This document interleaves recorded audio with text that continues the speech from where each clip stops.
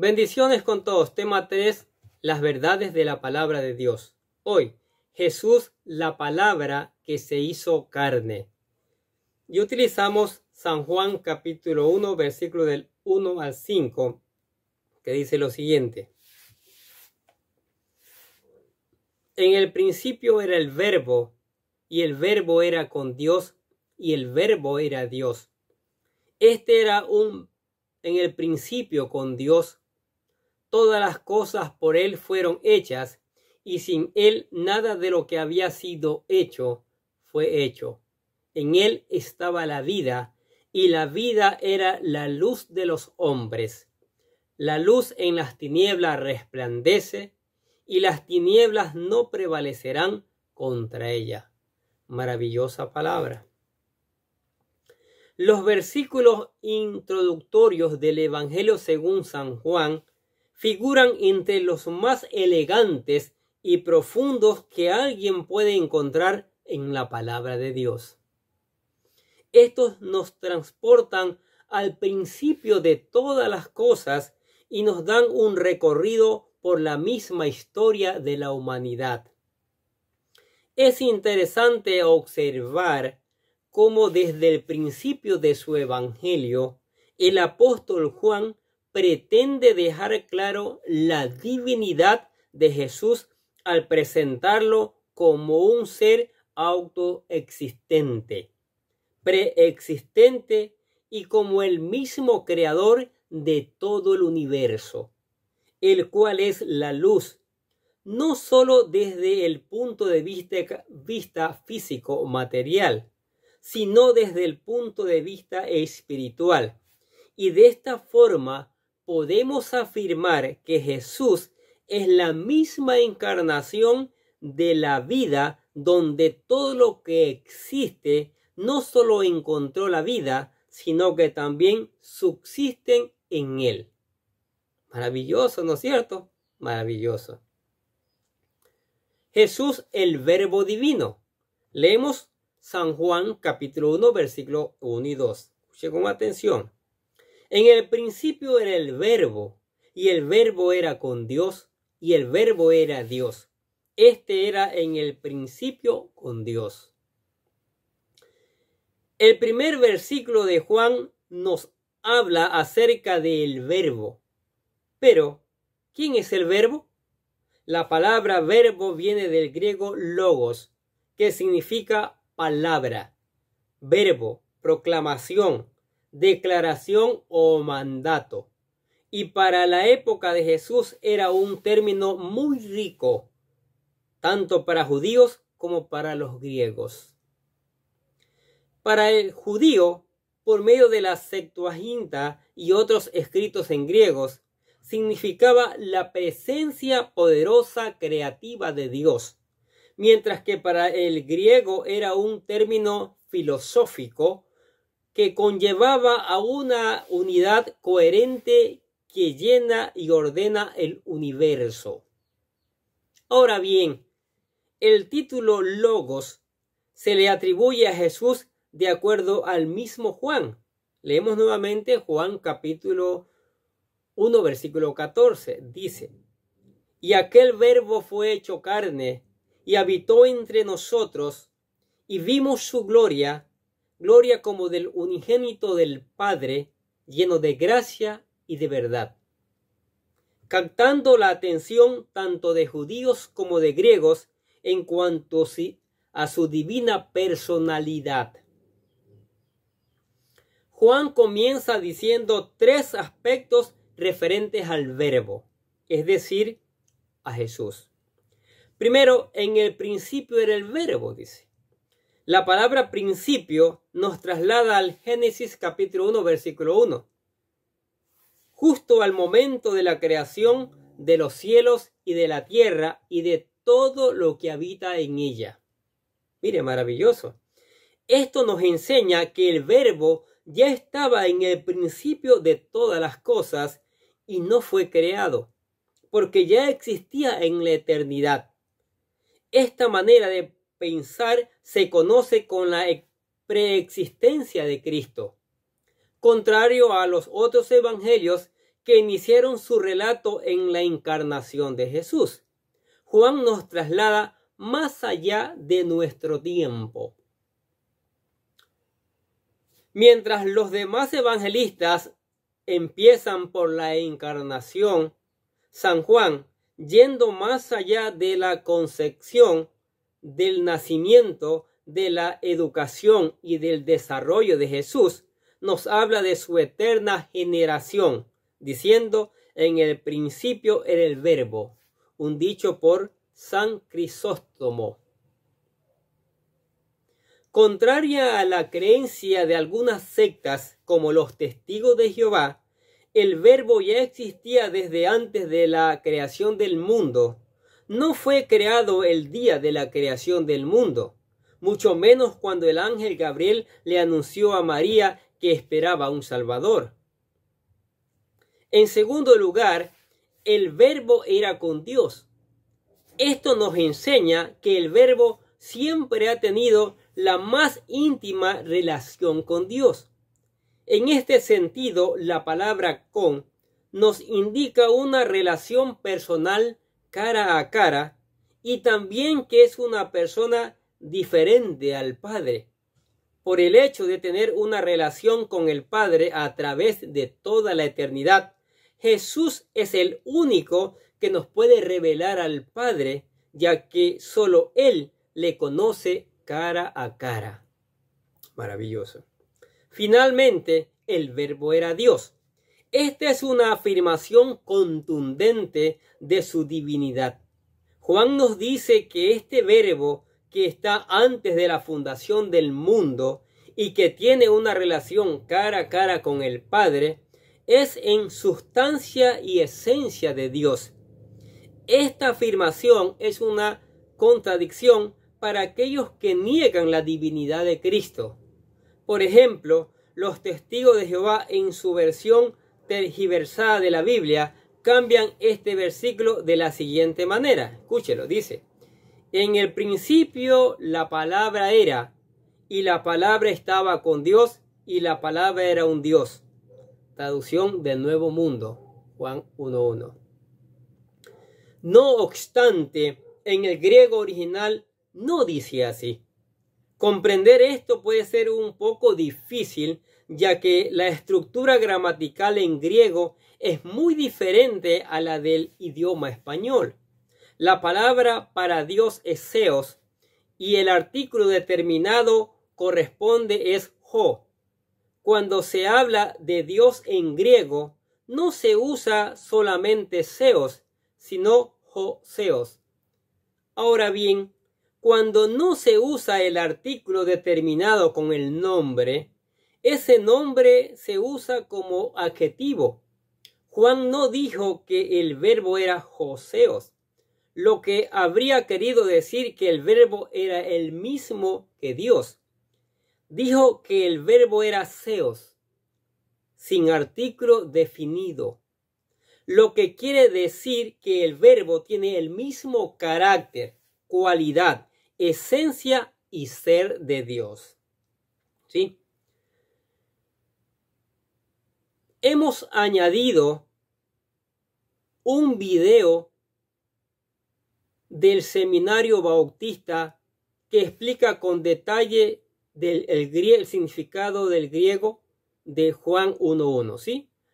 Por supuesto que hemos pedido permiso para poderlo anexar este pequeño video para que ustedes puedan entender más claramente que Jesucristo es Dios, ¿sí? Jesucristo es Dios, ¿no? Y este video aquí nos da una explicación maravillosa de este tema. Vamos a traducir Juan 1:1.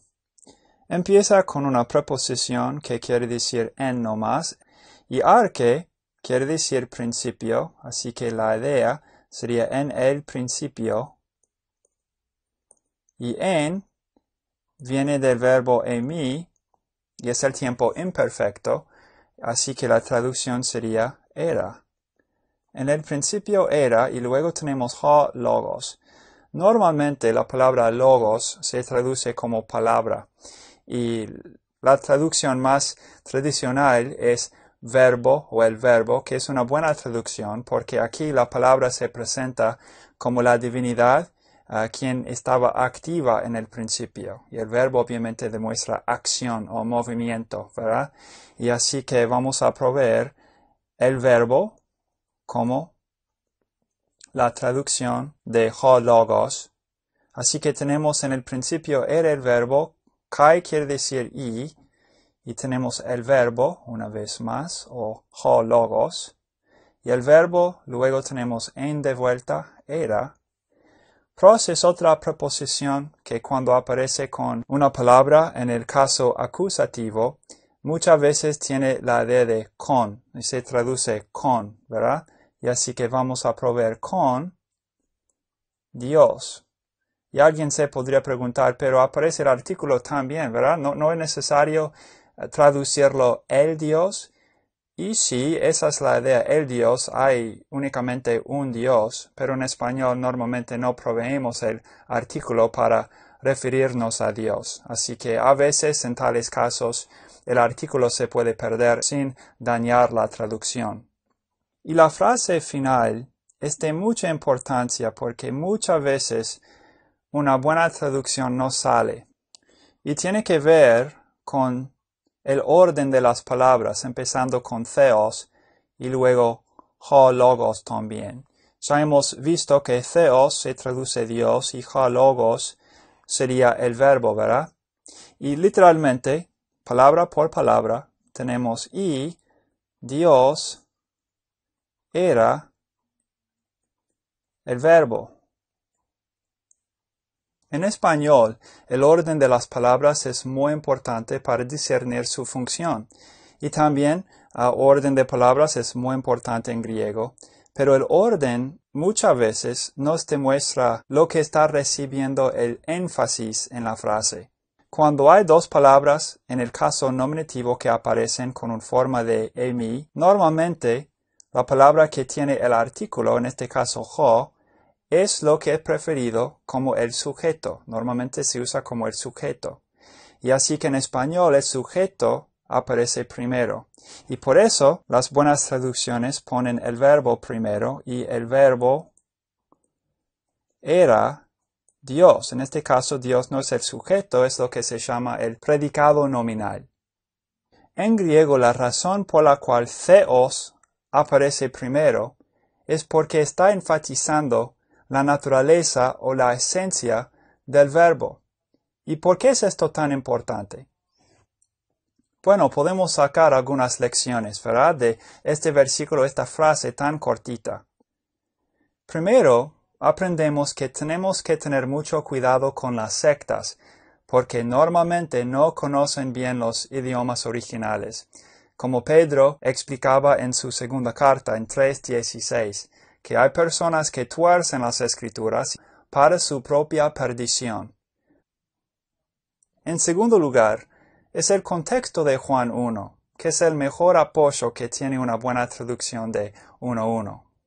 Y lo que quiero decir es que 3 habla sobre su naturaleza también, 10 también, y en 29 vemos a Juan el Bautista diciendo de Cristo que «He aquí el Cordero de Dios que quita los pecados del mundo». Y los fariseos entendieron bien las implicaciones de decir que Jesús podía quitar los pecados, porque ellos se preguntaron en Marcos 2:7, ¿quién puede perdonar los pecados sino Dios solo? Claro, solamente Dios puede perdonar los pecados. Y aquí en Juan 1, no solamente en versículo 1, pero en todo el capítulo, Cristo se presenta como Dios. Y vemos en esta frase cortita que Cristo no es un Dios, sino Dios. Si Juan quisiera decir que Jesús fuera un Dios no más, podría haber puesto y el verbo era un Dios. Pero él decidió poner theos primero para enfatizar la esencia del verbo que era Dios. Y por fin, otra lección es que Cristo no es el Padre. También pudiera haber puesto y el verbo era el Padre o el verbo era Dios en el sentido de que no había distinción entre las personas. Pero Cristo no es el Padre. aunque sí es Dios tal como el Padre. En otras palabras, kai theos, en ho logos, describe con brevedad hermosísima la naturaleza de Jesús como Dios distinto del Padre, pero Dios igual. Este video es un fragmento de alguna de las gramáticas que se describe en Gramática Básica del Griego Bíblico, disponible desde Amazon.com.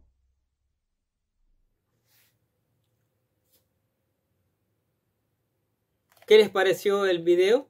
¿Qué les pareció este video explicando con detalle el significado del griego de este versículo, demostrando que Jesucristo es el mismo Dios? Maravilloso, ¿no es cierto? Qué bueno aprender, ¿sí? Mire, entonces si seguimos aprendiendo, seguimos alabando, seguimos glorificando el nombre del Señor. Y en este libro, San Juan nos relata de Jesucristo, el Dios Todopoderoso, entregando su vida para que usted y yo seamos salvos. Por eso le presentamos la oración de fe para que usted venga a los pies de Cristo. ¿Sí? Para que usted venga a los pies de Cristo. La oración dice así: querido Dios, sé que soy un pecador y que nada de lo que hago puede hacerme ganar el cielo o la vida eterna.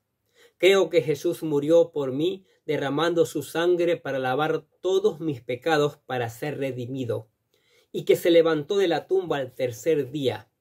Ahora mismo lo recibo como mi Salvador personal, confiando solamente en Él como mi único camino al cielo.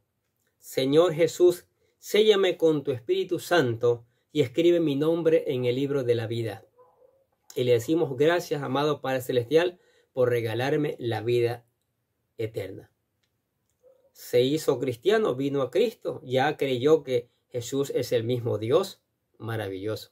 Lea la palabra, ore, cante alabanzas, vaya a una iglesia de buena doctrina. Mire, cuando digo de buena doctrina, no se preocupe por eso, porque el Espíritu Santo mismo le va a guiar a un lugar donde usted aprenda la palabra de verdad. Sí, el Espíritu Santo le va a guiar. Amén. Oremos. Padre, te damos gracias por tu palabra, Señor. Esa palabra, Señor, acá en San Juan, que nos declara que Jesús es el Dios verdadero que entregó su vida para salvarnos. Y eso es maravilloso. ¿Qué otro Dios? ¿Qué otro Dios entrega su propia vida para salvarnos? Solo tú, Señor Jesucristo. Por eso te alabamos y glorificamos tu nombre. Por eso te damos gracias, Señor. También por tu amor, por tu misericordia, Señor, y por esta bendita palabra que tú traes cada día a nuestras vidas, que nos alimenta, que nos renuevas. Oramos por la iglesia, Señor. Bendice la iglesia, que la iglesia enseñe esta palabra, que la iglesia lleve la enseñanza de esta palabra y tu Espíritu Santo haga que traiga fruto abundante. Te damos gracias también por la familia, Señor. Bendice a la familia, empodérala, hazla crecer, llénala con tu Espíritu Santo, mi Dios. Que los hijos, tanto los hijos como los padres, Señor, honren y glorifiquen tu nombre. Hoy día se necesita una familia ungida por tu Espíritu Santo y llena del conocimiento de tu palabra. También oramos por los discípulos, por los amigos, por todos aquellos que escuchan la palabra del Señor. Que haya un despertar. Te damos gracias por eso en el nombre del Señor Jesucristo. Los bendecimos a ustedes que escuchan la palabra de Dios. No dejen de reenviar a otros. Eso es muy importante. Es muy importante que todos conozcamos las verdades que el Señor tiene para nuestras vidas. Amén. Les deseamos que tengan un día lleno de bendiciones.